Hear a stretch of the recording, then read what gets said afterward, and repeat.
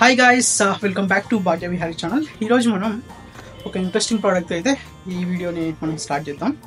So ఇది వచ్చేసి Crompton inverter bulb, I mean emergency bulb కూడా అని అంటారు. సో ఇది ఎందుకంటే ప్రజెంట్ రైనీ సీజన్ కదా, ఒకవేళ కరెంట్ అదే ఎలక్ట్రిసిటీ కట్ అయినా కూడా ఇది మనకు 4 hours బ్యాకప్ అయితే వస్తుంది. దీనికి ఎటువంటి ఎక్స్టర్నల్ బ్యాటరీ సోర్స్ అయితే అవసరం లేదు. జనరల్గా మనం బల్బ్ని ఎలా హోల్డర్కి ఫిక్స్ చేస్తామో అలా ఫిక్స్ చేస్తే సరిపోతుంది. లేట్ చేయకుండా దీని స్పెసిఫికేషన్స్ అయితే చూసేద్దాం. సో ఇక్కడ క్లియర్గా మెన్షన్ చేశారు up to 4 hours of backup అంట. సో దీన్ని మనం జస్ట్ బల్బ్ హోల్డర్ పెడతాం కదా, సో దట్స్ ఇట్. ఇంకంతకంటే చేయాల్సిన ఎక్స్ట్రా ఎఫర్ట్ అయితే ఏం లేదు. సో ఇది ఎలక్ట్రిసిటీ పోయినప్పుడు అయితే మనకు 4 hours బ్యాకప్ అయితే వస్తుందని ఇక్కడ క్లియర్గా మెన్షన్ చేశారు.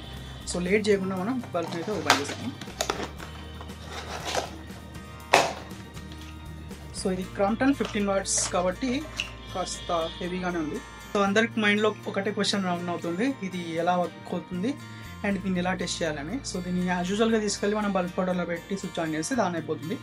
బట్ కరెంట్ పోయినప్పుడు, ఎలక్ట్రిసిటీ పవర్ కట్ అయినప్పుడు పని చేస్తుందా లేదా తెలుసుకోవాలన్నదే క్వశ్చన్ కదా. ఏం లేదు, సింపుల్గా ఈ రెండింటిని షార్ట్ చేసేస్తే మనకైతే బల్బ్ ఏదైనా ఒక మెటల్ తీసుకొని రెండింటిని టచ్ చేశారు అనుకో.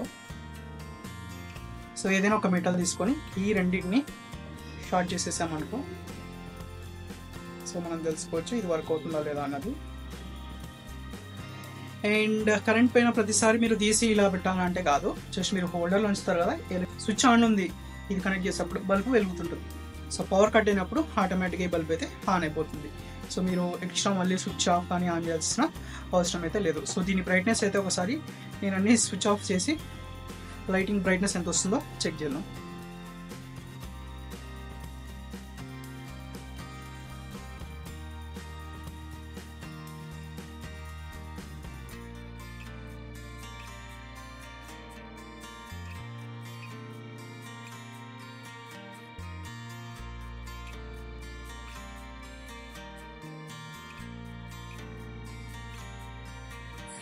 అండ్ దీని ప్రైజింగ్ డీటెయిల్స్ వచ్చేసి నాకైతే ఇది డిమార్ట్లో 389 rupees పడింది. గుర్తుపెట్టుకోండి, ఇది Crompton 15 watts.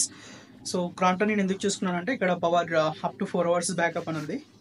And next thing, మీరు 4 hours బ్యాకప్ అన్నారు కదా అని చెప్పేసి సేమ్ కైండ్ ఆఫ్ బ్రైట్నెస్ వస్తుందని అయితే ఎక్స్పెక్ట్ చేయకండి. ఇక్కడ క్లియర్గా రాస్తారు 3-step డిమ్మింగ్, అంటే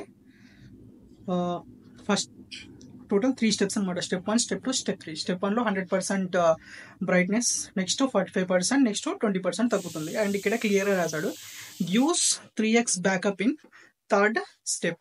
సో థర్డ్ స్టెప్లో లో బ్రైట్ ఎక్కువసేపు బ్యాకప్ వస్తుంది. సో మనం దీన్ని ఏం కంట్రోల్ చేయము, ఇదే ఆటోమేటిక్గా దీంట్లో ఉన్న పవర్ని బేస్ చేసుకొని, బ్యాటరీలో ఉన్న ఛార్జ్ని బేస్ చేసుకొని బ్రైట్నెస్ తగ్గించడం అయితే జరుగుతుంది. సో 20% చాలా డిమ్గా ఉన్నప్పుడు ఎక్కువసేపు వస్తుందని దీని మీనింగ్.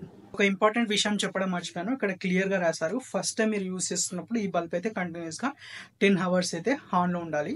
అలా అవుతానే మీకు ఈ బల్బ్ అనేది బాగా పనిచేస్తుందని ఇక్కడ మెన్షన్ చేశారు. ఇదనే కాదు, ఎప్పుడైనా సరే మీరు బ్యాటరీ సెల్స్ అంటారు కదా, బ్యాటరీ అంటారో సెల్స్ అంటారో మీ లాంగ్వేజ్లో.